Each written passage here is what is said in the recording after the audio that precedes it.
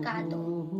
ہم لوگ سمجھتے ہیں عقل مند لوگ وہ ہیں جن کے پاس مال و دولت زیادہ ہے، جبکہ نبی کریم صلی اللہ علیہ وآلہ وسلم نے فرمایا کہ قیامت کے دن ایک آواز دینے والا آواز دے گا کہ عقل مند لوگ کہاں ہیں؟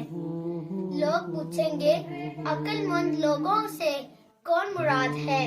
جواب ملے گا وہ لوگ جو اللہ کا ذکر کرتے تھے، کھڑے بیٹھے اور لیٹے، یعنی اللہ کو ہر حال میں یاد کرتے تھے، اور آسمانوں اور زمینوں کا پیدا اور کہتے تھے کہ یا اللہ آپ نے یہ سب بے فائدہ نہیں پیدا کیا، ہم آپ کی تسبیح بیان کرتے ہیں، آپ ہم کو جہنم کے عذاب سے بچا لیجئے۔